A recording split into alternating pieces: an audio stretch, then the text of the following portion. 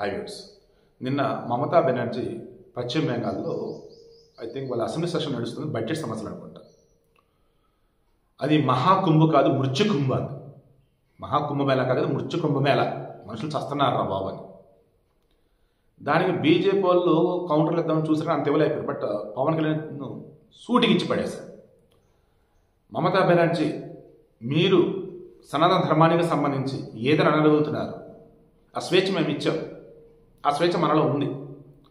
ఇలాగే వేరే మతాల గురించి నోరెత్తే సాహసం చేయగలరా? ఒక రాజకీయ మీటింగ్ జరుగుతున్నా, సభా సమేతం ఉన్నా, అక్కడ ఏర్పాట్ల విషయంలోనే కొన్ని అవకతవకలు జరుగుతాయి, కొన్ని తప్పులు జరుగుతాయి, లోటుపాట్లు ఉంటాయి. ఇంత పెద్ద మహాకుంభమేళలో కోట్లాది మంది వస్తుంటే అద్భుతంగా యోగి ఆదిత్యనాథ్ ఇక్కడ సౌకర్యాలు కల్పించారు, వసతులు కల్పించారు. ఎస్, అరకొర సమస్యలు ఉన్నమాట నిజమే, ఉంటాయి, ఎక్కడైనా ఉంటాయి. అంత మాత్రాన మీరు ఏదో వేలెత్తు చూపుతారని చెప్పేసి అనుకుంటున్నారు, కానీ కోట్లాది మంది యొక్క భక్తుల యొక్క మనోభావాలు దెబ్బతీస్తుందని చెప్పి మీకు అర్థమవుతుందా? మహాకుంభమేళ మృత్యుకుంభమేళ మీరు ఎలా అంటారు అసలు? జాగ్రత్త, నోరు జారద్దు అని పవన్ కళ్యాణ్ సూటికి ఇచ్చి పడేశాడు. ఏమనిచ్చాడు? జనాలు వస్తున్నప్పుడు గుంపులు గుంపులుగా వస్తున్నా, క్రౌడ్ ఎక్కువ అవుతున్నా, చిన్న చిన్నగా లోటుపాట్లు ఉంటాయి, అలా ఇక్కడ కూడా ఉన్నాయి. ఓవర్గా చూసుకుంటుంటే ఇన్ని కోట్ల మందికి నెల రోజుగా జరుగుతుంది మహాకుంభమేళ.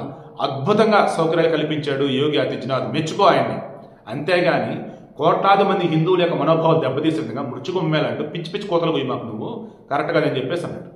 ఇక ఇదే మమతా బెనర్జీ అదే అసెంబ్లీలో, నేను బంగ్లాదేశ్ మత ఛాందస్యవాదులతో క్లోజ్గా మూవ్ అవుతున్నట్లుగా మీరు కనుక నిరూపిస్తే, బీజేపీలో సవాల్ విసిరి నిరూపిస్తే నేను రాజ్యం తప్పుకుంటా. అంటే బంగ్లాదేశ్ వాళ్ళకి నా సంబంధం లేదా బాబు అంటే అది ఒప్పుకోవాలి, మనం ఒప్పుకోవద్దు. ఎందుకంటే ఆమెకు సంబంధాలు ఉన్నట్టుగా బీజేపీలు ప్రూవ్ చేసే రోజు ఖచ్చితంగా వస్తుంది. సో వీళ్ళకి ఇంటెన్షన్ దయచేసి గుర్తుంచుకోండి. క్రైస్తవులైనా, హిందువులైనా, ముస్లింలైనా, బౌద్ధులైనా, జైన్లైనా, పార్సీలైనా, సిక్కులైనా, ఎవరైనా కావచ్చు కాదు, మీరు ఇతర మతస్థుల గురించి మాట్లాడేటప్పుడైనా, పోనీ మన మతం గురించి మనం మాట్లాడేటప్పుడైనా అక్కడ భక్తుల యొక్క మనోభావాలు దెబ్బతింటాయా, లేదు వారి యొక్క ఆచార వ్యవహారాలకు సంబంధించేసి మన అడ్డదిడ్డంగా మాట్లాడడం వల్ల లేనిపోయిన సమస్యలు వస్తాయని ఒకసారి క్రాస్ చెక్ చేసుకోండి. అంతే తప్ప విమర్శిద్దాంరా, నోరందులేరా అంటూ మాత్రం దయచేసి పడకండి.